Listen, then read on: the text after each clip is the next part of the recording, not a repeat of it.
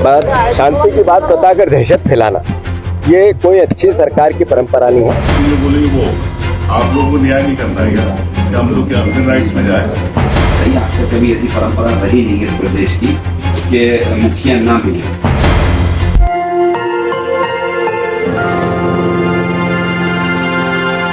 Poland और Ukraine की अपनी 2 दिवसीय यात्रा के बाद पीएम नरेंद्र मोदी आज भारत लौट आए। इस दौरान उन्होंने दिल्ली के पालम हवाई अड्डे से स्वदेश की वापसी की। इससे पहले पीएम मोदी ने पोलैंड के बाद यूक्रेन के राष्ट्रपति जेलेंस्की से चौथी बार मुलाकात की है। इससे पहले यूक्रेन के राष्ट्रपति से उनकी मुलाकात G7 समिट के दौरान इटली में हुई थी। पीएम की इस विदेश यात्रा पर पूरी दुनिया की निगाहें भी पीएम पर रहीं, खासकर जबकि वे रूस और यूक्रेन युद्ध के चलते यूक्रेन दौरे पर पहुंचे थे। आगामी दिनों में जम्मू और कश्मीर में विधानसभा चुनाव संपन्न होने जा रहे हैं। ऐसे में जबकि पार्टियों ने अपनी सभी तैयारियों को पूर्ण कर लिया है, कांग्रेस भी गठबंधन के फॉर्मूले पर आगे बढ़ रही है। यही कारण है कि उसने अलग अलग पार्टियों के साथ चुनाव लड़ने की सहमति भी जताई है।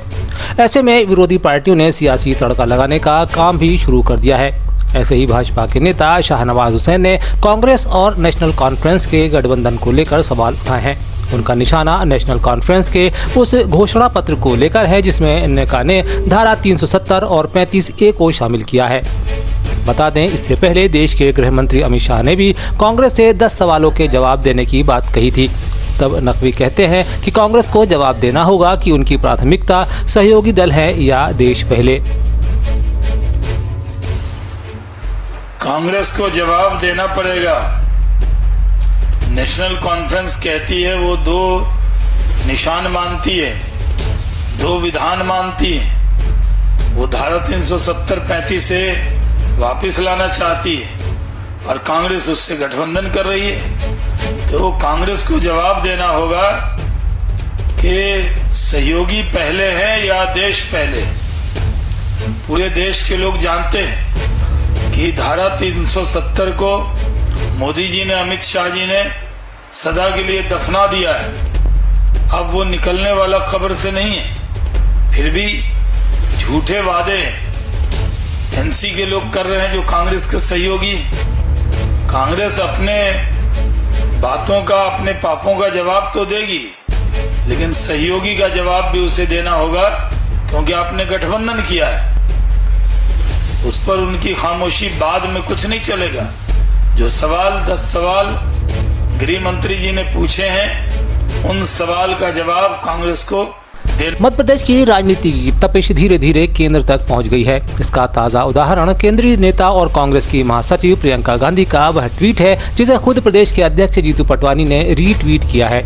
इस ट्वीट में प्रियंका गांधी ने भी प्रदेश के एक नेता के घर पर बुलडोजर की कार्रवाई को लेकर विरोध प्रकट किया है। ऐसे में अब प्रियंका के ट्वीट के बाद इस पर कांग्रेस एकजुट होती दिखाई दे रही है। यही कारण है कि छतरपुर में हुई बुलडोजर की कार्रवाई को लेकर अब कांग्रेस नेताओं ने सरकार के खिलाफ मोर्चा खोल दिया है। इसी के चलते आज कार्रवाई के विरोध में प्रदेश कांग्रेस के अध्यक्ष जीतू पटवारी समेत अन्य नेताओं ने भी प्रदेश के पुलिस डीजीपी से मुलाकात कर उन्हें ज्ञापन सौंपा है। जो बोलेंगे वो आप लोगों को न्याय नहीं करना है कि हम लोग क्या अपने राइट्स में जाए। फिर सबको बनाएंगे यहाँ से हमारा पार्टी, सीएम को लेकर, डीजी को लेकर, सब बनेंगे पार्टी। लेकिन बात है निष्पक्ष बात करना चाह रहे हैं। आप लोग पार्टी क्यों कर रहे हैं? आप लोग निष्पक्ष, ठीक है, अगर किसी ने गलती करी है छतरपुर में तो आप उसको रखिए, लेकिन किसी के कारण ऐसा थोड़ी सभी लोगों को आप परेशान करेंगे। हर जगह ऐसा होगा, हर जगह गलत फर्जी केस बन रहे हैं। ऐसा क्यों हो रहा है, ये हम जानना चाहते हैं। चीफ सेक्रेटरी डी आप लोग के एक महत्वपूर्ण पद पे, तो आपको निष्पक्ष कार्रवाई करना है, हमारा ये आशय है। अब इसमें पार्टी बन रही है पुलिस। चीफ सेक्रेटरी इंदौर, आज से पहले बीजेपी की गवर्नमेंट थी, इंदौर के अंदर देपालपुर में मामला हुआ। हम लोगों ने सबने मांग करी कि चीफ सेक्रेटरी मिलना होगा, बिल्कुल मिलेंगे, बात करेंगे कई इश्यूज पे। हमारे माइनॉरिटी के डेलीगेशन में हमने कहा डायलॉग करना है। अगर मतलब चीफ ही डायलॉग ही नहीं करेंगे तो ये तो हम किस तरफ ले जाना चाहते हैं। उसकी वजह से बिल्कुल नई परंपरा डाली जा रही। पिछली बार भी मैंने देखा, आज के मसला नहीं है, आज पिछली बार भी हमारा पहले से डिसाइडेड आज मान लीजिए, कॉन्फ्रेंस लेकिन पिछली बार भी हमारा यही था, इससे पहले डेलीगेशन आया तो साहब भी थी भाई, विपक्ष के लिए जनप्रतिनिधियों के लिए कोई चीज सुनने का भी है या फिर ये कह दें कि नहीं हम भी नहीं सुनना चाहते, तो फिर हम लोग आपके आना बंद करके सीधे न्यायालय की तरफ देखेंगे, बाकी क्यों आएंगे वोट। उधर मध्य प्रदेश के अध्यक्ष जीतू पटवारी ने मुलाकात के बाद कहा कि शांति की बात करके दहशत फैलाना एक अच्छी सरकार की परंपरा नहीं है।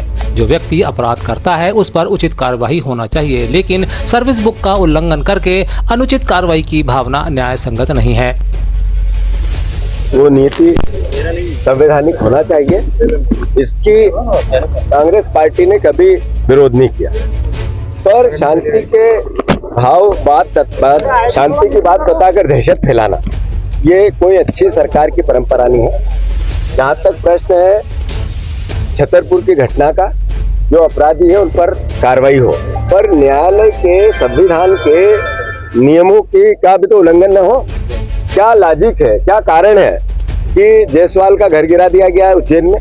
क्या कारण है कि एक यादव परिवार का घर गिरा दिया मुरैना में? ग्वालियर में ऐसी घटना हुई। क्या कारण है कि मध्य प्रदेश में सैकड़ों घर गिराए जा रहे हैं? जरूर कानून को अपना काम करना चाहिए, पर न्यायपालिका संविधान को पालना करनी चाहिए। जिस तरीके से मध्य प्रदेश में दहशत बनाकर बीजेपी के एजेंडे पे काम करना चाहते हैं, नेचुरल और स्वाभाविक है कि उनको अगर वो अपनी आदत सुधारे तो ठीक, अन्यथा मानव अधिकार आयोग में भी जाएंगे, सुप्रीम कोर्ट में भी याचिका लगाएंगे कि आखिर सर्विस बुक का भी पालना होनी चाहिए नहीं होनी चाहिए। आखिर इस तरह की दहशत बनाकर कैसे अच्छी सरकार या अच्छा प्रशासन चल सकता है? आप पुलिस का कितना बड़ा फेलिवर है कि जब घटना होनी थी तो आपका इंटेलिजेंस क्या कर रहा था? क्या लॉजिक था कि आपको पहले पता नहीं चला? तो मैं मानता हूँ पुलिस को सजग होना चाहिए और बीजेपी के एजेंडे पर काम करना बंद करना। उधर कांग्रेस के नेता पवन खेड़ा ने गृह मंत्री को जवाब देते हुए अपनी प्रतिक्रिया दी है। पवन खेड़ा ने जवाब देते हुए पूछा है कि मैं अमित शाह से जानना चाहता हूं कि जब उन्होंने पीडीपी के साथ गठबंधन किया था तो क्या उन्होंने पीडीपी का घोषणा पत्र पढ़ा था? उस घोषणा पत्र में भारत और पाकिस्तान दोनों की मुद्राओं का उपयोग करने का उल्लेख किया गया था। हम अमित शाह जी से ये जानना चाहते हैं कि जब पीडीपी से इन्होंने समझौता किया था, क्या पीडीपी का मैनिफेस्टो पढ़ा था? चलिए, पीडीपी का मैनिफेस्टो नहीं पढ़ा होगा जिसमें इंडिया और पाकिस्तान दोनों की करेंसी के बारे में जिक्र था कि दोनों को लागू किया जाएगा, जिसमें सेल्फ रूल के बारे में बड़ा लंबा चौड़ा डॉक्यूमेंट था। उसके बावजूद आपने उनसे समझौता करके सरकार बनाई। सरकार बनाने के बाद एक कॉमन मिनिमम प्रोग्राम बनाया। उसमें आपने क्या लिखा? आपने लिखा कि अटल जी की नीति पर चलते हुए हुर्रियत से भी बात करेंगे। क्यों लिखा था बताइए? ये अनाप शनाप बोलने की आदत एक बीमारी सी लग गई है भाजपा के नेताओं को, गृह मंत्री के पद पर बैठने और इस तरह की हल्की बातें करते हैं। एक और सवाल है, जो यूक्रेन के राष्ट्रपति ने कहा है पंडित नेहरू के टाइम से जो भारत की विदेश नीति। उधर मध्य प्रदेश के नेता और पूर्व मुख्यमंत्री दिग्विजय सिंह ने भी कार्रवाई का पुरजोर विरोध करते हुए झारखंड की घटना का उदाहरण दिया है। ऐसे में दिग्विजय सिंह के ट्वीट के बाद सियासत में उबाल है। बता दें कि झारखंड में सोरेन सरकार के विरोध में प्रदर्शन के दौरान भारतीय जनता पार्टी के कार्यकर्ताओं ने जमकर पुलिस पर पत्थरबाजी की थी। ऐसे में दिग्विजय ने ट्वीट कर पूछा है कि क्या पुलिस पर पत्थर फेंकने वाले बीजेपी कार्यकर्ताओं के घर पर बुलडोजर चलेंगे। साथ ही उन्होंने एक्स पर छतरपुर के कांग्रेस नेता के मकान को जमींदोज करने की कार्रवाई, साथ ही उनकी गाड़ियों पर बुलडोजर चलाने को लेकर भी कई सवाल पूछे हैं। स्थिति नियंत्रित है। बीजेपी कार्यकर्ताओं ने बहुत ज़बरदस्त पत्थरबाजी की, जिससे हमारे कुछ जवान घायल भी हुए हैं। उसे नियंत्रित करने के लिए कुछ टीयर गैस के गोले छोड़ने पड़े। स्थिति नियंत्रण में हम लोग बार बार अनुरोध कर रहे हैं कि आपने केवल अनुमति मैदान में सम्मेलन की ली थी, किसी रैली की नहीं ली थी। अतः आप अगर रैली के लिए निकलना चाह रहे हैं, ये गैरकानूनी काम है और ये पत्थरबाजी करना जवानों पर, यह भी बहुत गलत काम है। आप इधर भारत माता की जय बोल रहे हैं और भारत माता के जवानों पर पत्थर मार रहे हैं, जिससे कि जान जा सकती है। ये बड़ा ही गलत काम है। कितने जवान घायल हैं? अभी हम लोग पता लगा रहे हैं, करीब 6-7 जवान घायल हैं। लगातार पत्थरबाजी की गई है। हाँ, ये बिल्कुल गैर कानूनी कार्य है और इसके लिए हम लोग कानूनी कार्रवाई करेंगे। उत्तर प्रदेश भाजपा ने प्रदेश की सियासत के भंवर में एक और पत्थर मारकर इसमें उफान पैदा कर दिया है। भाजपा के मीडिया सेल के प्रभारी नरेंद्र सलूजा ने एक पोस्ट के जरिए कांग्रेस डेलीगेशन को लेकर तंज कसा है।